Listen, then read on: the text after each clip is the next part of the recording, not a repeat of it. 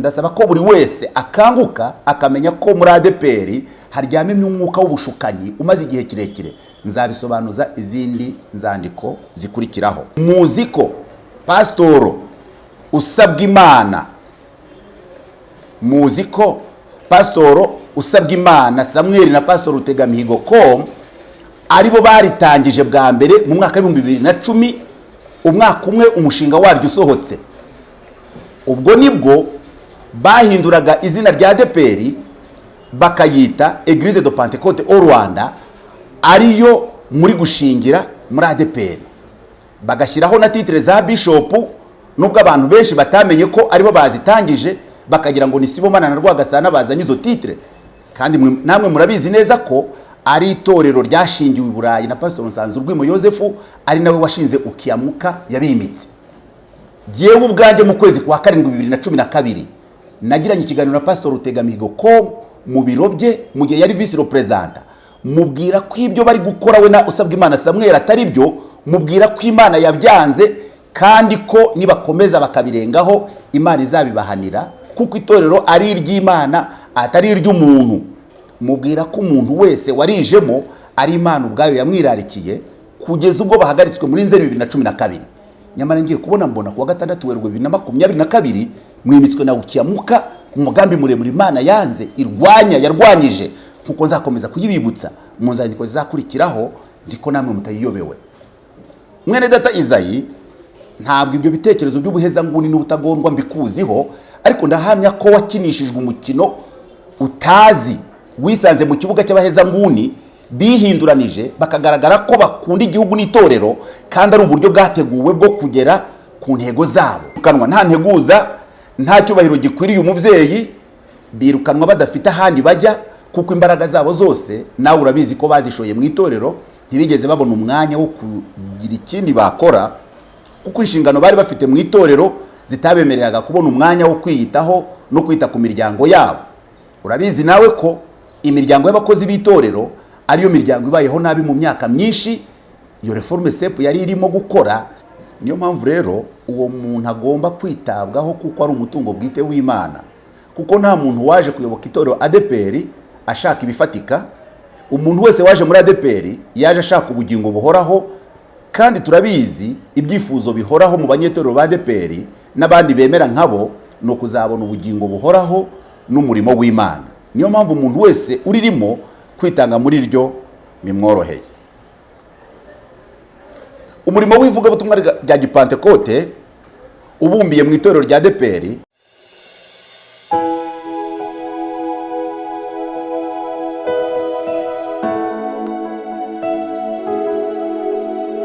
reka tubasuhuze mwese abadukurikiye muri uyu mwanya ku Ihumure. Imana ibamugisha kandi Imana ibagire neza. Ngiye nitwa Ikuzo Emmy, tubanye mu gihe kirekire cyane, kandi turakomeje. Ntarapfa nzakomeza kuba ndi hano mu gihe naragenda ngo abandi batsimbura. Ndashima Imana rero ko yabampaye nanjye ikantanga ikampamagara nkitaba, kugira ngo tugire byinshi tugarukaho by'umumaro.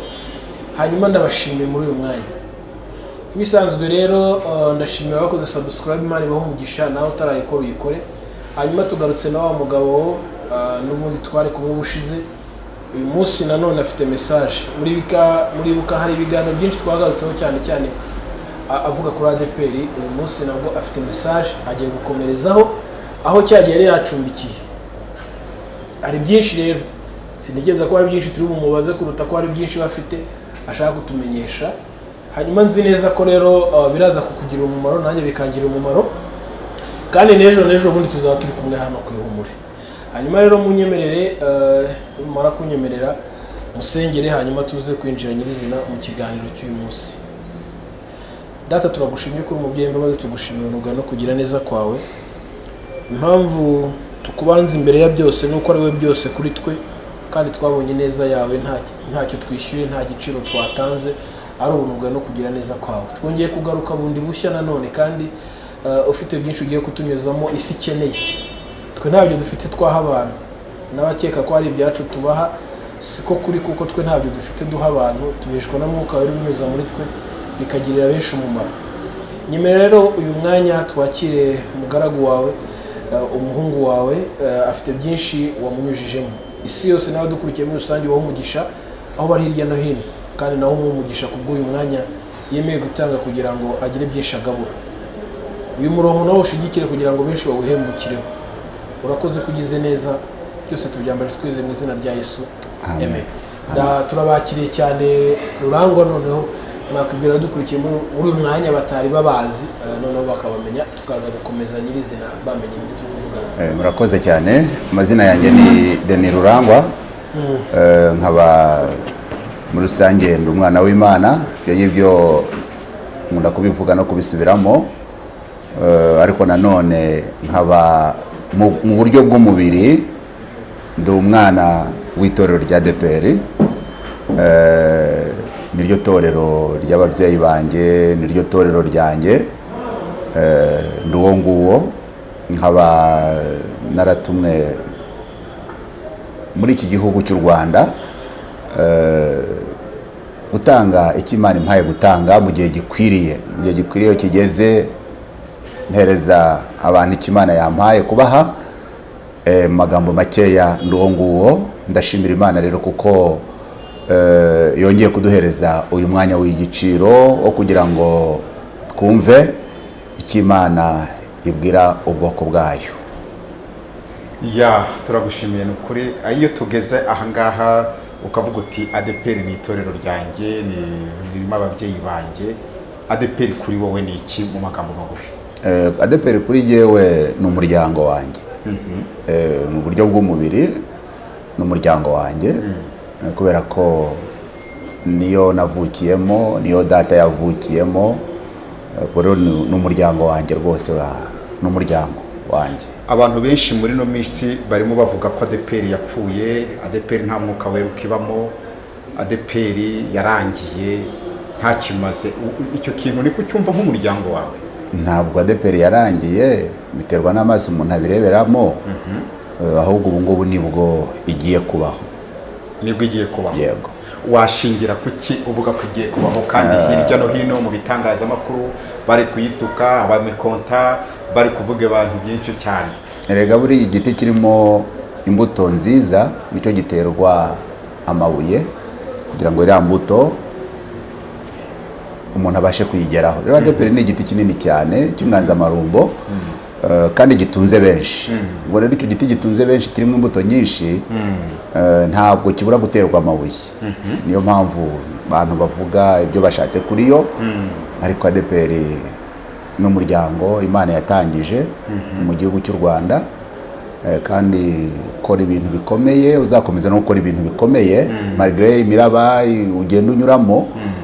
Ariko ADEPR iriho kandi iri kuza. ADEPR nya ADEPR iri kuza, ntabwo iri kuza. Inshuti y'amatsiko ni iyihe mpamvu uvuga ko ADEPR igiye kuza noneho byanga? Ubu ngubu tuvugana mfite imyaka hafi 47. Yego. Nayivukiyemo. Turi muri promosiyo za mbere z'aba intellectuel ba ADEPR. Yego. Ubwo rero nzi ADEPR mu mizi. Ntabwo ndi mu adera wa ADEPR, ngewe navukiyemo. Data yabatijwe kuri 24 z'ukwezi kwa 12 1964. Yaravutse muri 1952. Uri kumva ko yabatijwe afite imyaka 12.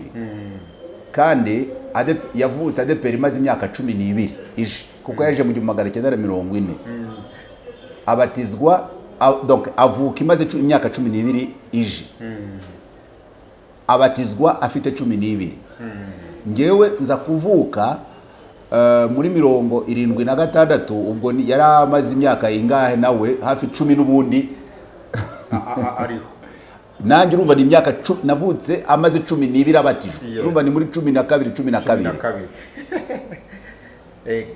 Urumva rero ntacyo ntazi kuri ADEPR.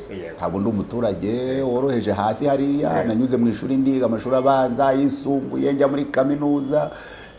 Hashize imyaka irenze 15 naravuye muri university.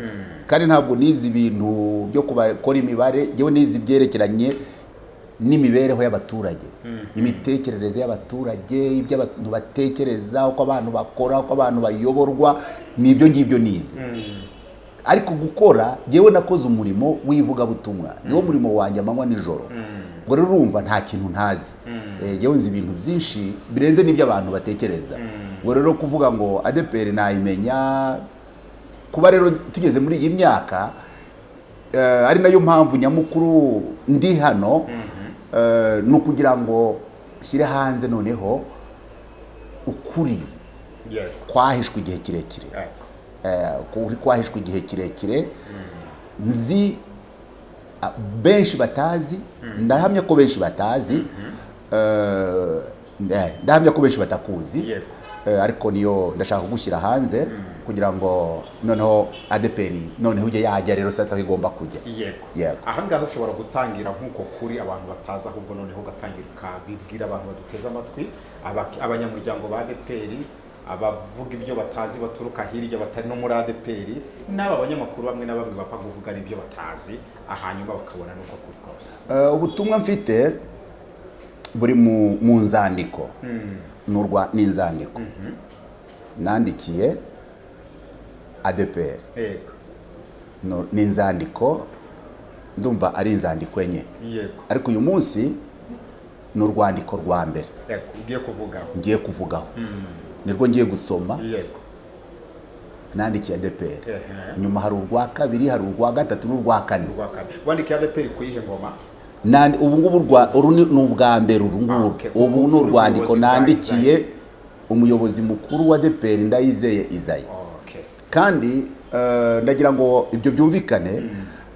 Ndayizeye Isaie Imana ishimwe ko ari we representa wa ADEPR cyane cyane ibyo rero nanditse arabyumva kurusha abandi bose kubera ko Isaie twarakuranye twarareranywe twarasenganye tuziranye kuva turi abana batoya bato iyo ngiyo rero kuba ari we noneho wicaye ku ntebe ifata ibyemezo ibyo ni ibintu bishimishije koko. Izo nzandiko ikizirimo kubyumva biramworoheye no kugira icyo azikoraho nabyo biramworoheye.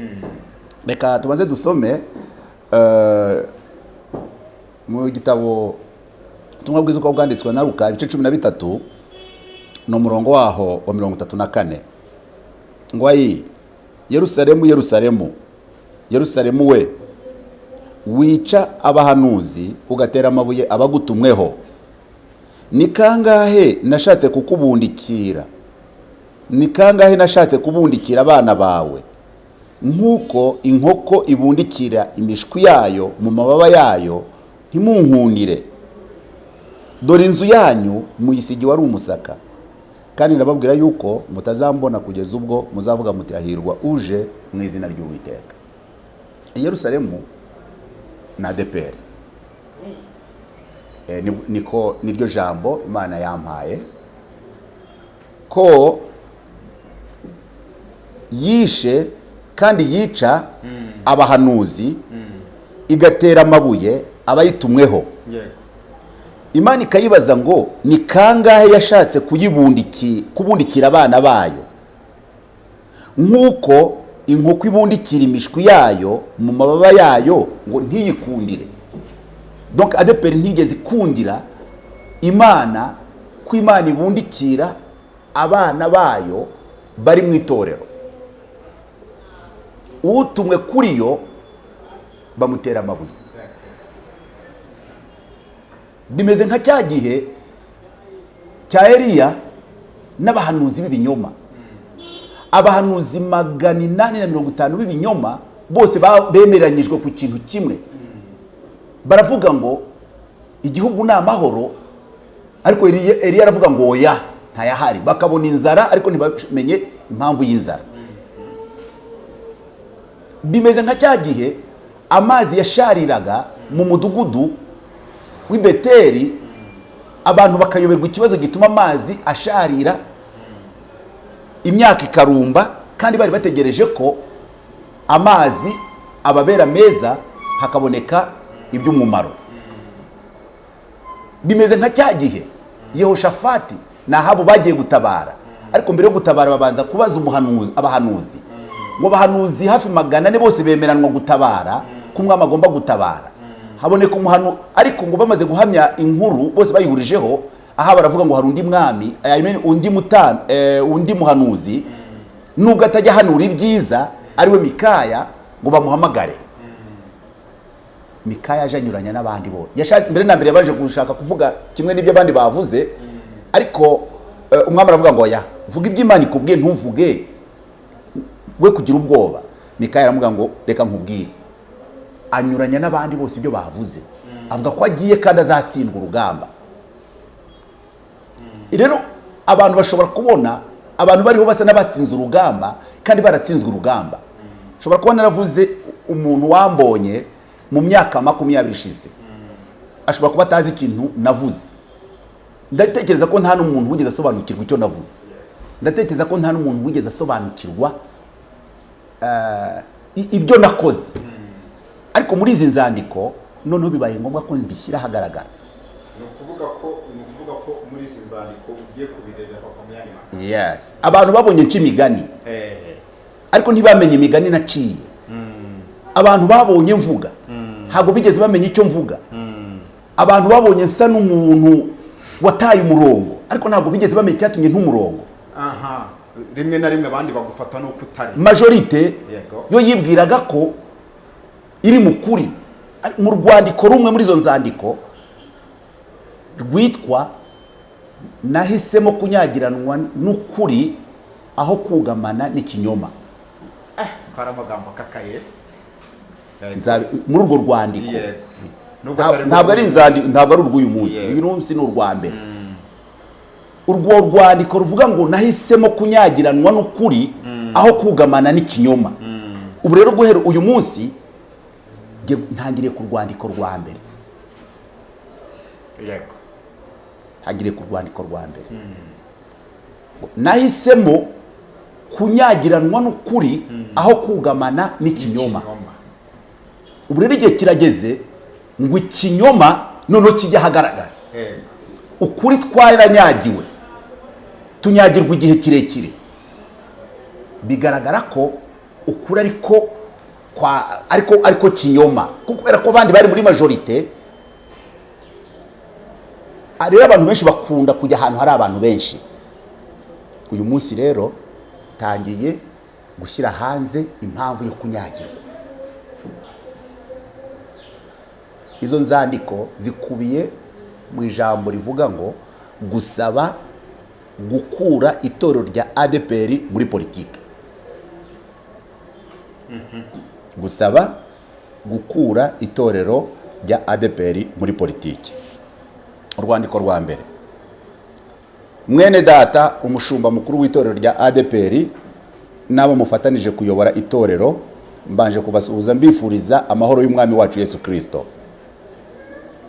Nkimara kumva ko mwatorewe kuyobora itorero rya ADPR byaranshimishije cyane, kuko nari mbonye icy'amaso yanjye yari ategereje igihe kirekire.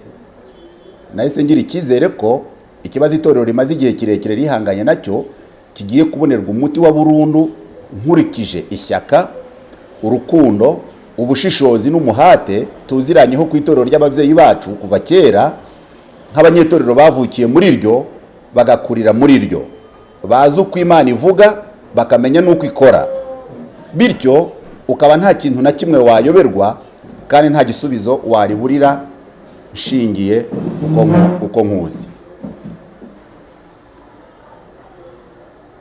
By'umwihariko ndagushimira ubutwari wagaragaje bwo kwemera gufata inshingano zikomeye zo guhagararira itorero no kuribera umuyobozi mu gihe kigoye rimazemo igihe.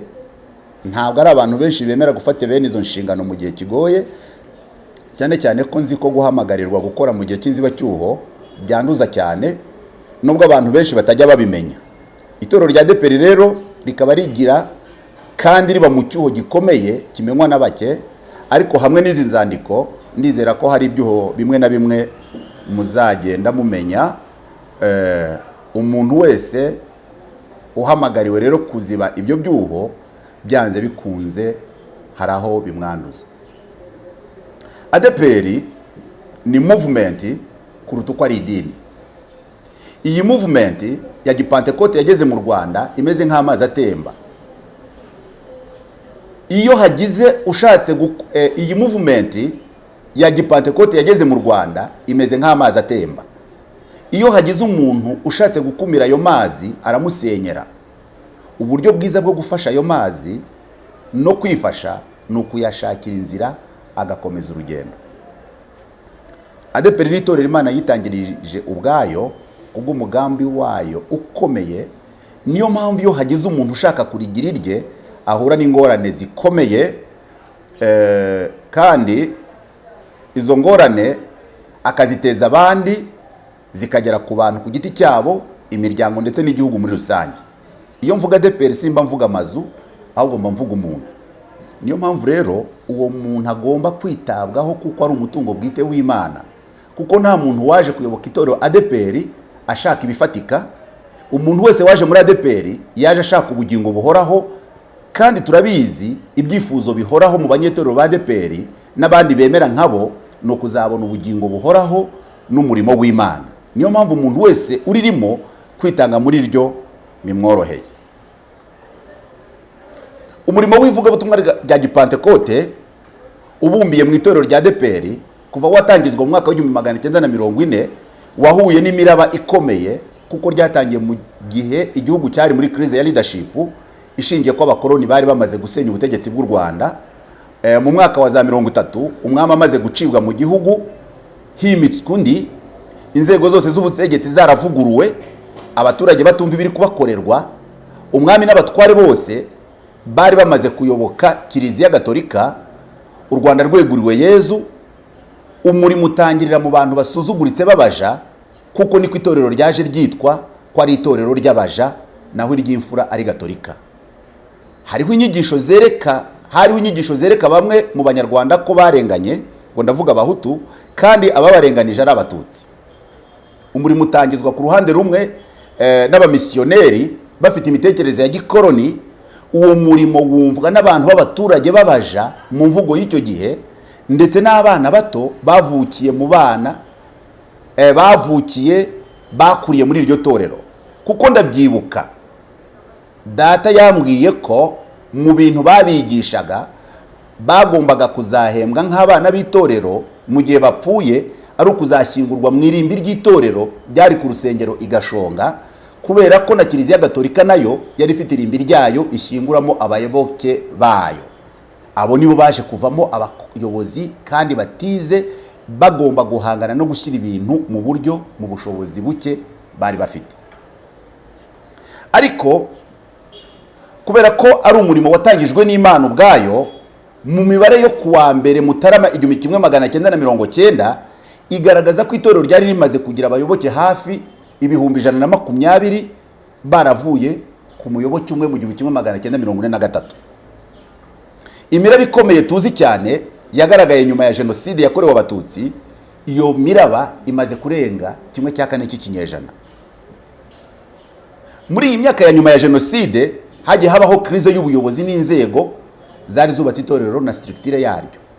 Nubwo uburyo komite ya SEP, umuryango uhuje abanyeshuri bo mu itorero rya ADEPR, mwari mwageze ku buyobozi bw'itorero butavuzweho rumwe kandi butubahishije umuryango w'abana b'Imana basenga biyubaha, ariko mukimara guhabwa izo nshingano, buri munyetorero muri ya mvugo yacu ngo Imana irabizi, yari yiteguye ko inshingano mwari muhawe mwagombaga kuzikora, mwazirangiza mukazimurikira abanyetorero binyuze mu nzego zari zashyizweho, zari zisanzweho, ndavuga za nyobozi z'itorero kuri paruwase cyangwa se abashumba bakuru, bakabifataho umwanzuro kuko uwo niwo musaruro wari utegerejwe uturutse mu bana b'itorero b'impuguke bari bahawe icyo baharaniye igihe kirekire.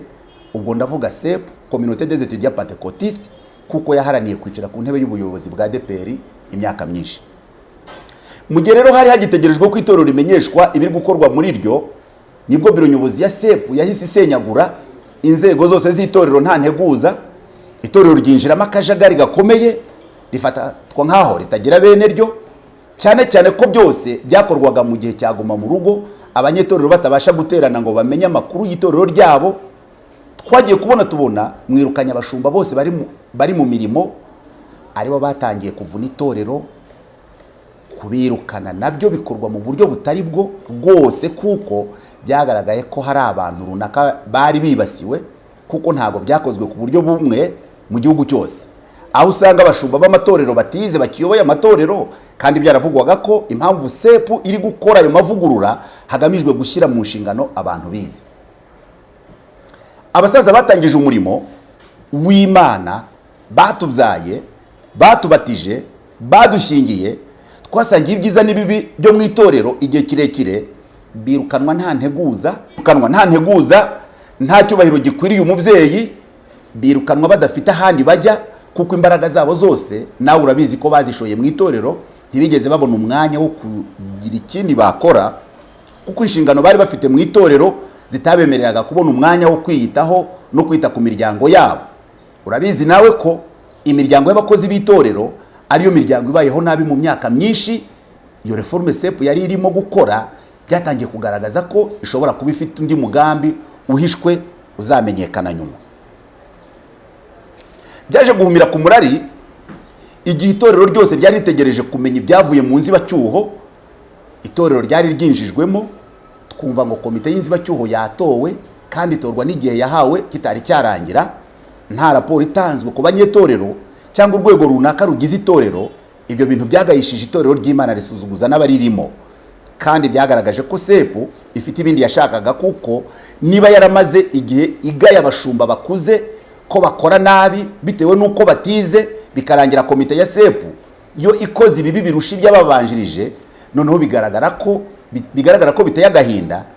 Ariko Ndayizeye warimo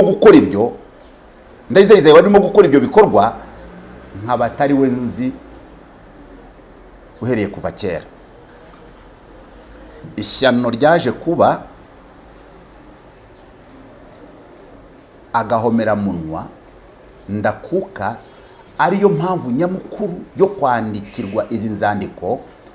Natunguwe no kuwa 6 Werurwe 2022 wowe umushumba mukuru n'umushumba mukuru wungirije mwimikwa n'ihuriro ry'amatorero ya Gipantekote yo muri Afurika y'Iburasirazuba niyo hagati izwi ku izina rya Ukiyamuka, ihuriwemo n'amatorero ya Gipantekote yo mu bihugu by'u Rwanda, Burundi, Kongo, Uganda, Tanzania, Kenya na Sudani y'Epfo.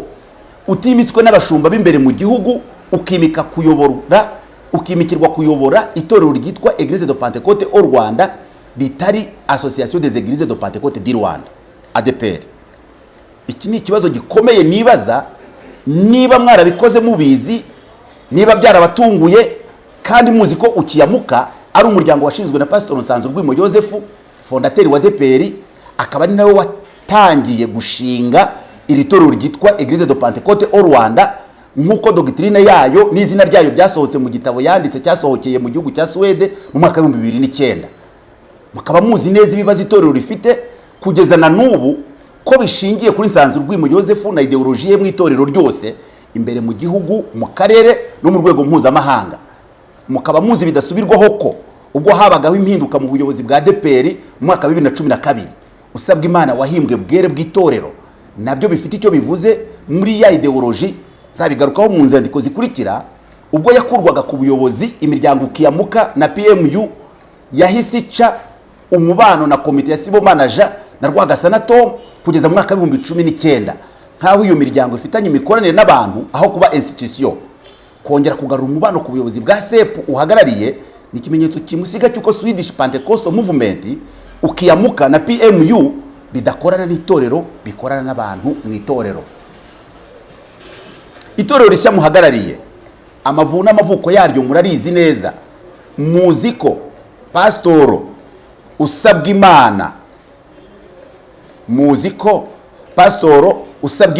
Samuel na Pastor Rutegamihigo com aribo baritangije bwa mbere mu mwaka wa 2010, umwaka umwe umushinga waryo usohotse.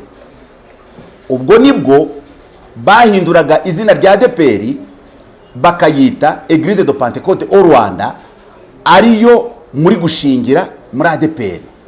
Bagashyiraho na titre za bishop, nubwo abantu benshi batamenye ko aribo bazitangije, bakagira ngo ni Sibomana na Rwagasana bazanye izo titre. Kandi namwe murabizi neza ko ari itorero ryashingiwe i Burayi na Pastor Nsanzurwimo Yozefu, ari nawe washinze Ukiamuka yabimitse.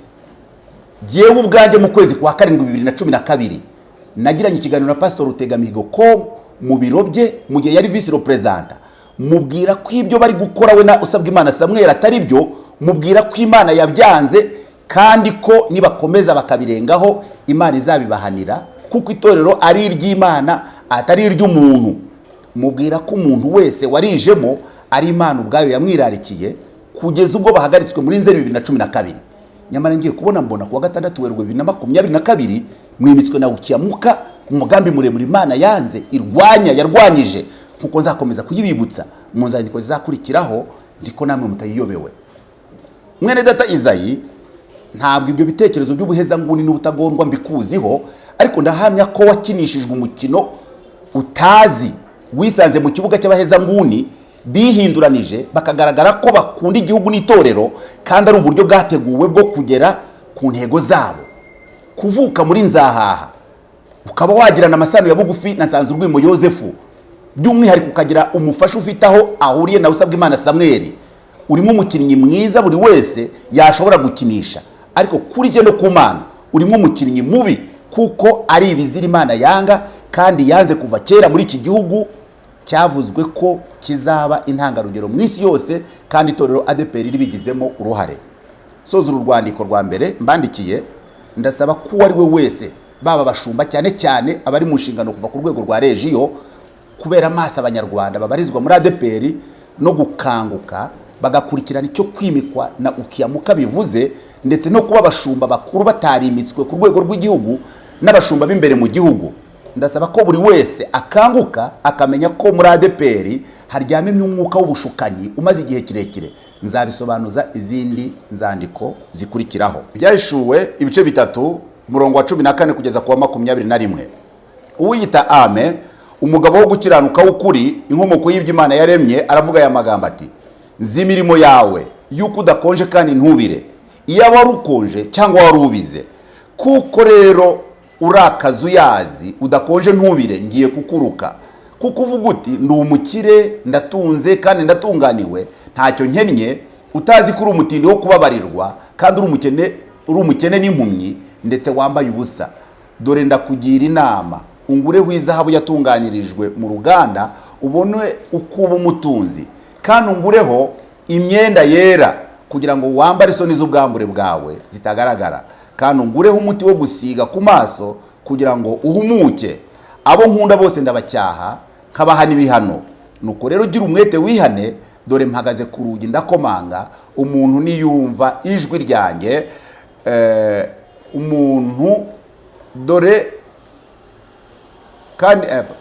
dore ndakugira inama, ungureho izahabu yatunganirijwe mu ruganda, ubone uko uba umutunzi, kandi ngureho imyenda yera kugira ngo wambare isoni z'ubwambure bwawe zitagaragara, kandi ungureho umuti wo gusiga ku maso kugira ngo uhumuke. Abo nkunda bose ndabacyaha, nkabaha n'ibihano. Nuko rero gira umwete wihane, dore mpagaze ku rugi ndakomanga. Umuntu niyumva ijwi ryanjye agakingura urugi, nzinjira iwe dusangire. Ibyahishuwe ibice 3 murongo wa 14 kugeza ku wa 21. Imana ibaho umugisha bene data. Mwene so Rurangwa Deni, itorero rya Butambamo, Paruwase Gashonga, ururembo rwa Gihundwe. Mwami Imana ndagushimiye kubwira ijambo ryawe, kandi ndagushimiye kuko rigiye gukora umurimo waritumye gukora, kuko ijambo ryawe ntirishobora gusubirayo ridakoze icyo waritumye gukora. Kandi ndagushimiye ko umuntu wese wumvise uzumva iri jambo akora ibyo rimubwiye gukora, kuko nzi ko muri ryo harimo inshingano zikomeye buri wese agomba gukora. Ndagushimira ko kuri Imana yacu, ndagushimira ko data uriho, ndagushimira ko Yesu Kristo uri muzima, ndagushimira ko Mwuka Wera ukora, kandi ndashima ko ijambo ryawe ari ukuri. Izina rya Yesu nishyirwe hejuru none n'iteka ryose. Amen.